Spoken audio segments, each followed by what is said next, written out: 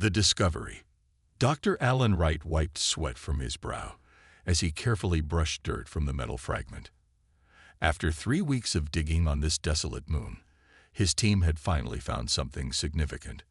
The object gleamed under his headlamp, surprisingly untarnished despite being buried for what preliminary scans suggested was over 10,000 years.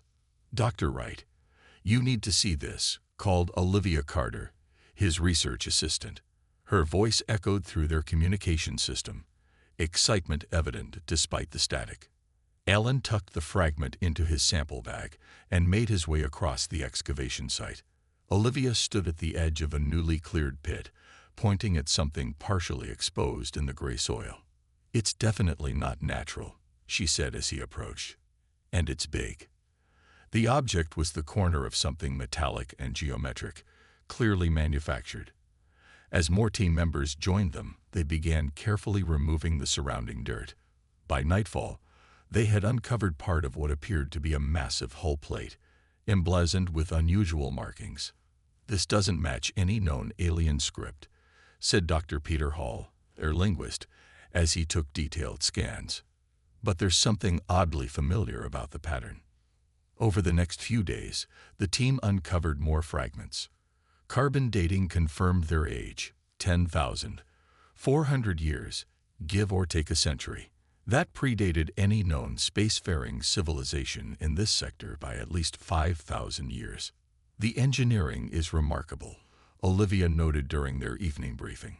"These aren't just decorative or ceremonial pieces. Look at these connection points. They're designed for functionality."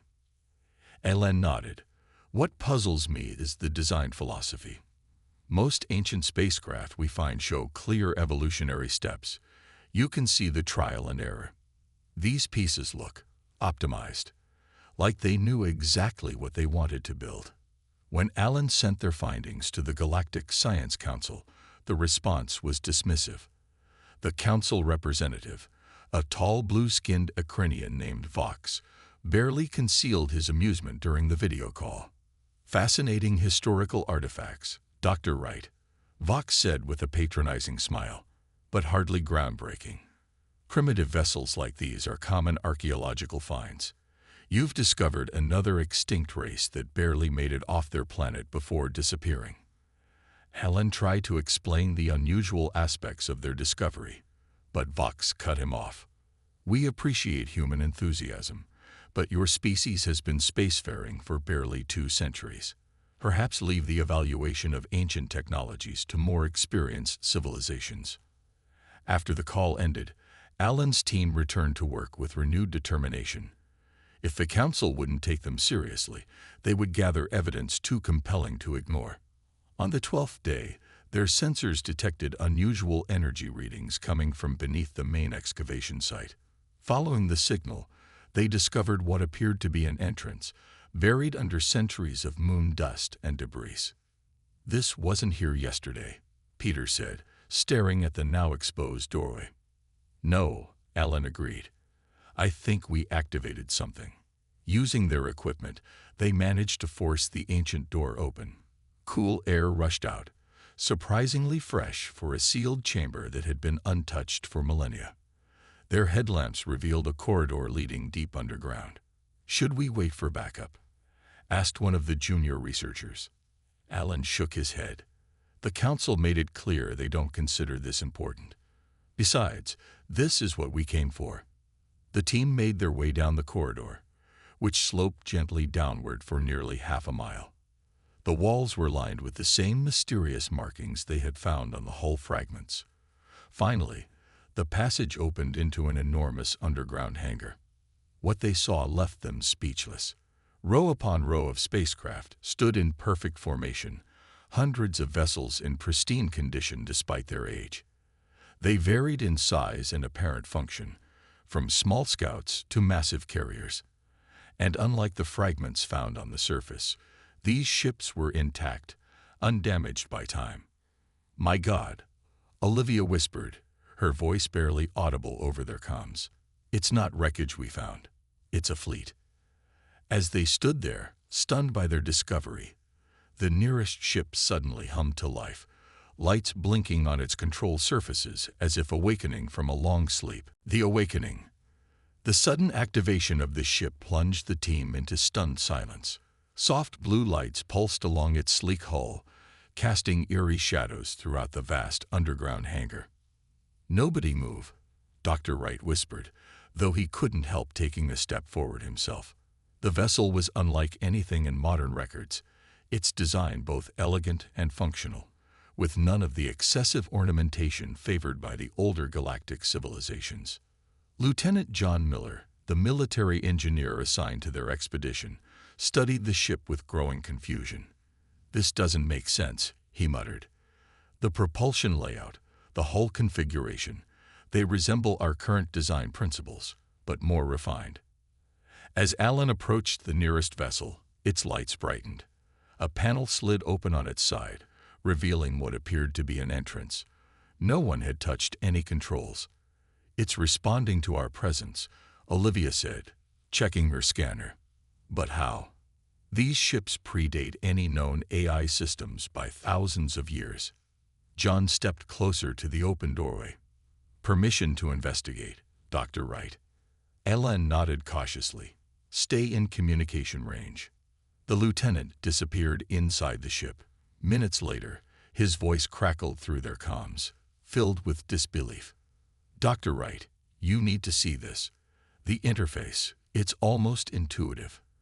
And when I touched the control panel, it lit up. It's responding to human contact." The team entered the vessel one by one. Inside, they found a cockpit with chairs that perfectly fit human proportions. The control panels featured symbols similar to those they'd found outside, but arranged in what seemed like a logical operational sequence. Olivia ran her hand over one console, and it immediately illuminated. "It's as if it was designed for us," she whispered. When Dr. Hall tried the same, nothing happened. After several team members attempted to interact with the ship's systems, a pattern emerged. Only those with Earth ancestry could activate the technology. "This can't be coincidence," Alan said, watching as the ship's internal systems continued powering up, displays showing unfamiliar star charts and data streams. "This technology responds specifically to human DNA."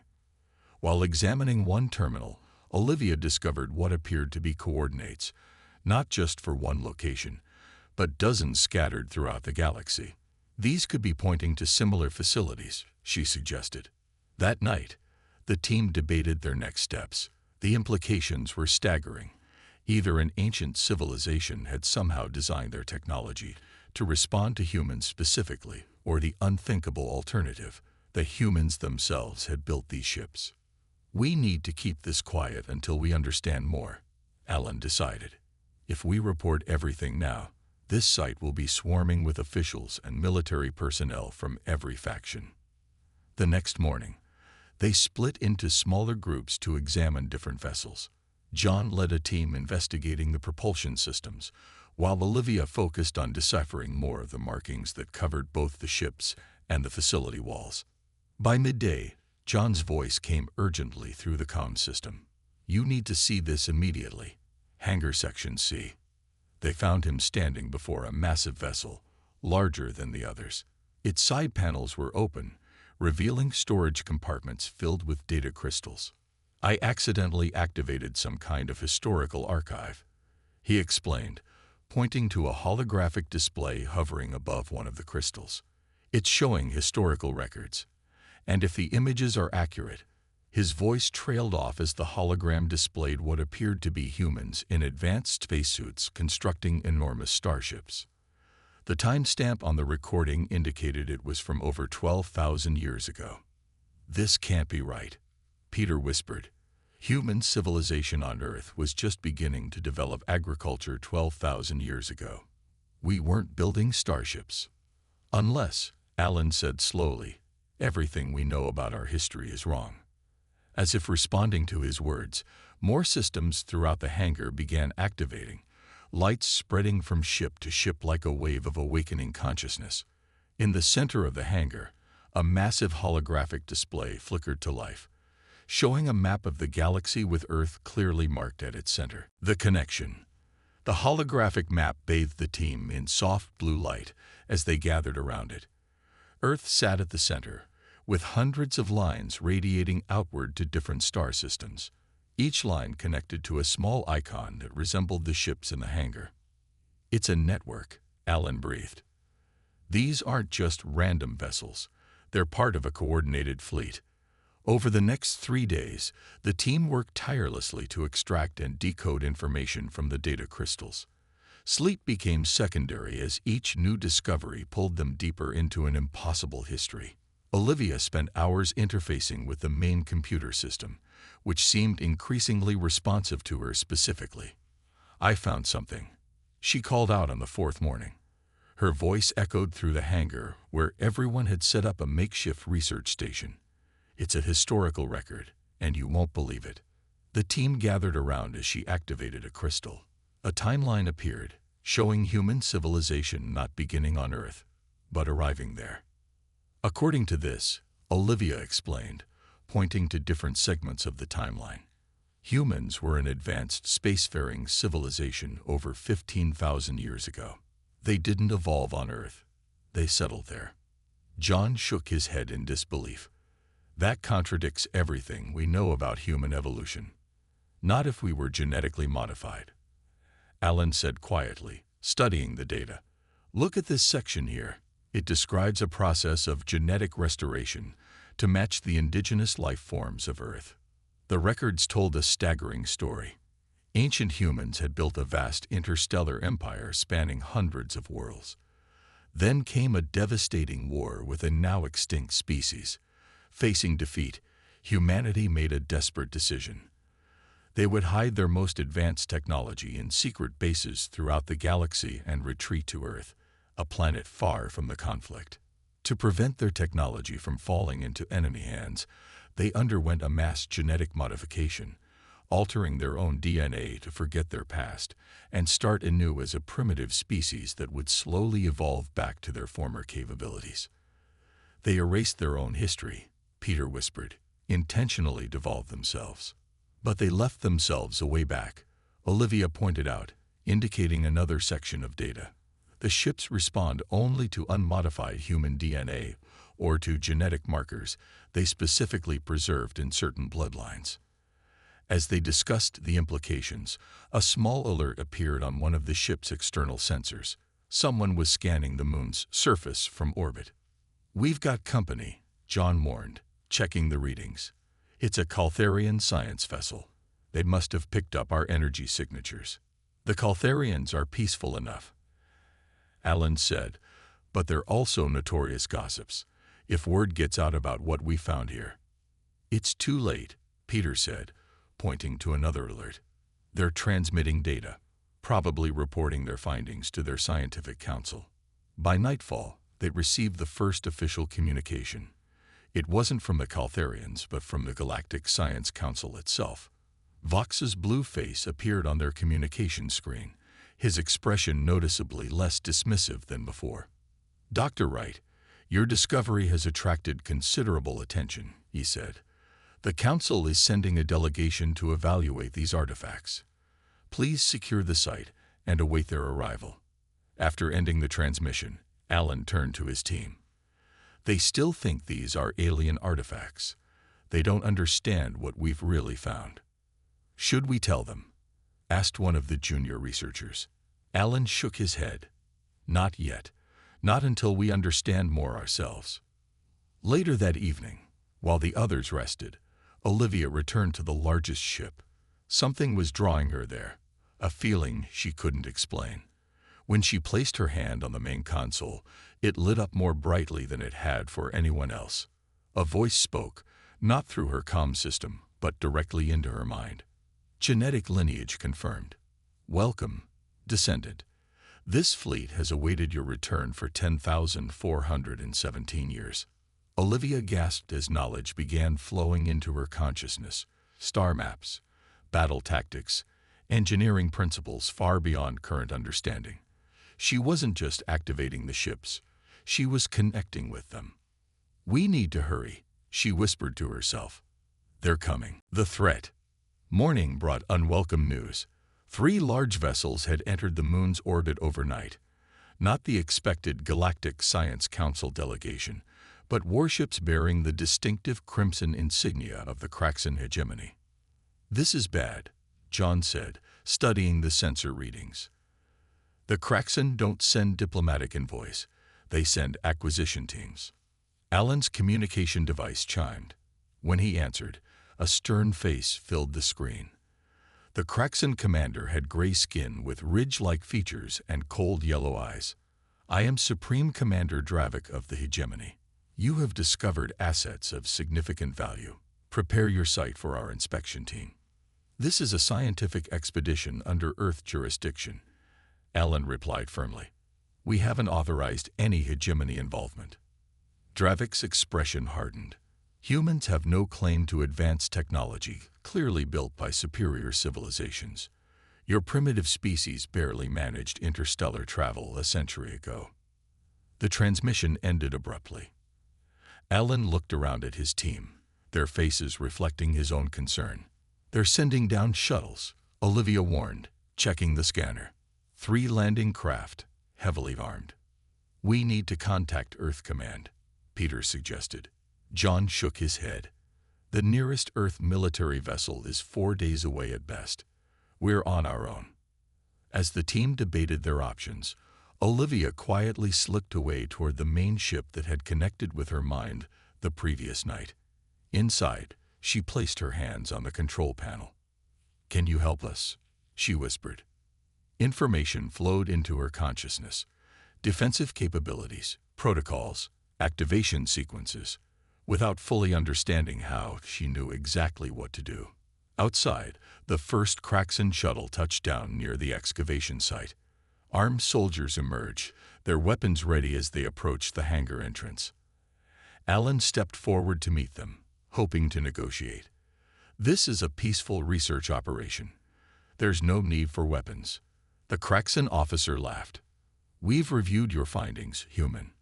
These vessels were clearly built by the Seldorian Empire. Their technological signature is unmistakable."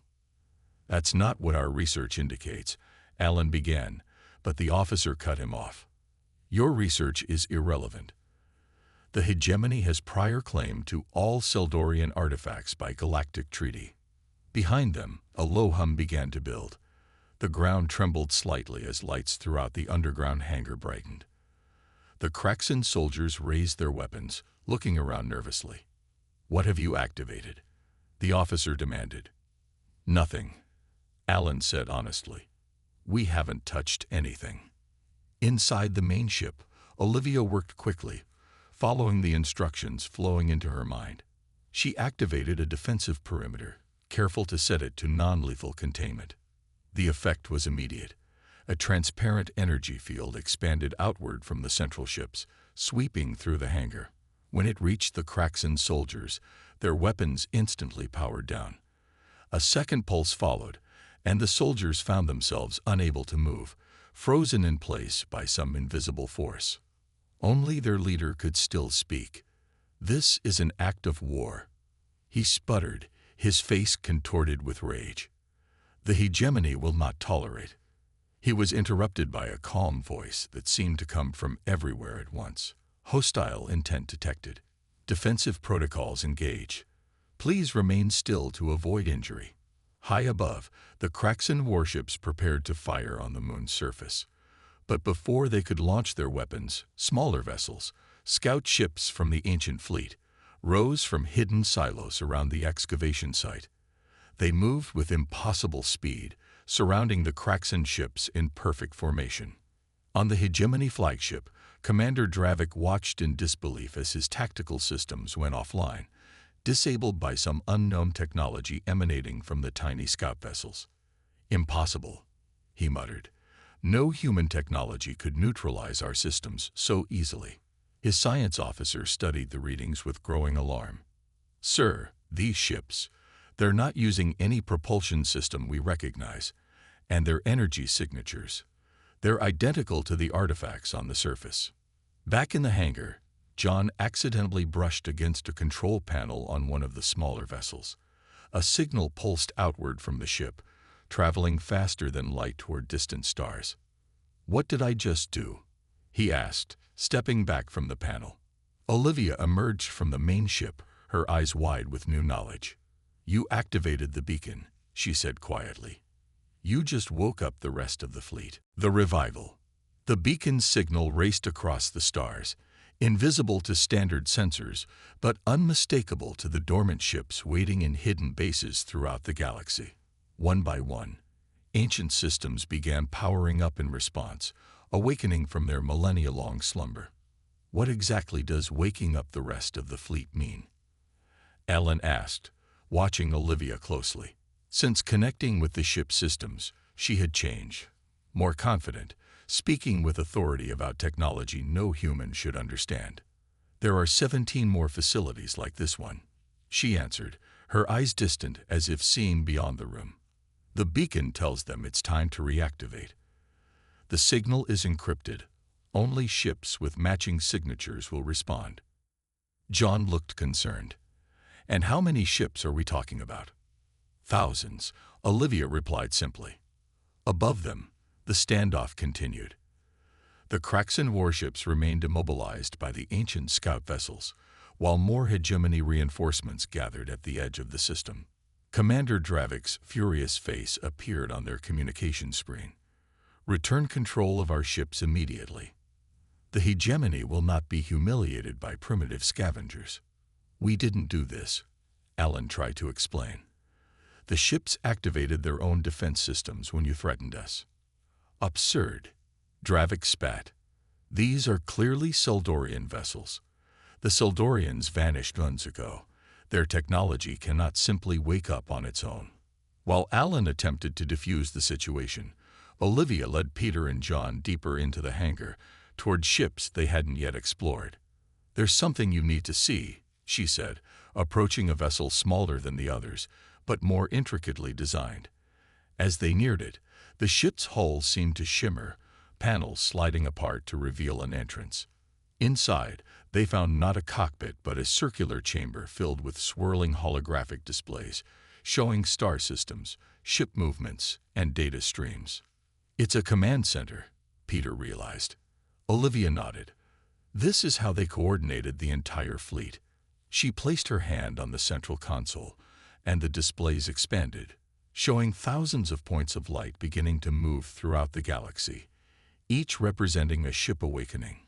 On Earth, military headquarters erupted in chaos as sensors detected unexpected energy signatures, activating in dozens of locations throughout human-controlled space. Ancient facilities hidden beneath oceans, buried in mountains, and concealed in asteroid fields suddenly powered up, revealing ships of unknown design, but unmistakable power. "Someone get me answers," General Laura Winters demanded, watching as reports flooded in from outposts across human territory. "Where did these ships come from? And why are they activating now?" A young communications officer raised her hand. "Ma'am, we're receiving a transmission from Dr. Wright's expedition. They say the ships are ours." Back on the moon, the situation grew more tense. 2 more Kraxan battle groups had arrived, positioning themselves for a possible attack despite their comrades being held hostage. "The ships are self-repairing," John reported, examining a damaged section of hull that was visibly regenerating. "And they seem to be updating their systems based on scans of current technology." "They're evolving," Peter added, "adapting to the present." Olivia stood motionless at the command center, her eyes closed as information flowed between her and the ancient systems. "The ships recognize the current threat level," she said suddenly. "They're initiating Protocol 7. "What's Protocol 7? Aylin asked. Before she could answer, the ships throughout the hangar began to move, their engines producing barely a whisper as they lifted off their landing pads and oriented toward the exit. On his flagship, Commander Dravik watched with growing horror as his sensors detected massive energy buildups from the moon's surface. "All ships, prepare tow." His orders were cut short as the first wave of ancient vessels emerged from the hangar, their sleek forms accelerating with impossible speed. They moved with perfect coordination, as if guided by a single mind. Within moments, they had surrounded the entire Kraxan fleet, creating a containment sphere that no modern ship could penetrate or escape. Full attack. Dravik ordered desperately. Use all weapons. The Kraxan ships fired their most powerful weapons, but the energy blasts simply dissipated against invisible shields protecting the ancient vessels. The fleet's response was swift but measured. Precise energy pulses disabled the Kraxan weapons systems without causing any casualties. As the ancient ships established complete control of the space around the moon, Olivia opened her eyes and turned to her colleagues. "The revival has begun," she said quietly. "And this is just the first wave." The confrontation. News of the ancient fleet spread across the galaxy like wildfire. Within days, ships from every major power gathered at the edges of the solar system, watching nervously as more vessels of the mysterious armada continued to arrive from distant sectors. On Earth, panic mixed with wonder. Crowds gathered in cities, their eyes turned skyward where the ancient ships could be seen moving in formation, visible even in daylight as bright points of light. General Winters stood in Earth Command headquarters, surrounded by screens showing the growing fleet above their planet. "How many now?" she asked. "Over 500 vessels, ma'am," her aide reported, "and more arriving hourly." The general's communication panel lit up. The stern face of the Kraxan High Commander filled the screen. Behind him stood representatives from 6 other galactic powers. "This will be your only warning," the Kraxan leader stated. "Surrender control of the Seldorian fleet immediately, or face the combined might of the Galactic Alliance." General Winters kept her expression neutral. "These ships are not Seldorian, and we don't control them. Our scientists believe they're responding to a predetermined protocol." The Kraxan leader sneered. "Do not insult our intelligence. No human technology could match these vessels. Your primitive species cannot possibly have created such advanced systems. We're still investigating their origin," the general replied carefully. "Your investigation time has ended," came the cold response. "You have 6 hours to surrender the control systems, or we will take them by force." As the transmission ended, General Winters turned to her staff. "Get me Dr. Wright. Now." Back on the moon base, Alan's team had converted the ancient hangar into their operations center. Earth military personnel worked alongside the scientists, trying to understand the fleet's capabilities. "They won't believe us," Alan said after speaking with General Winters.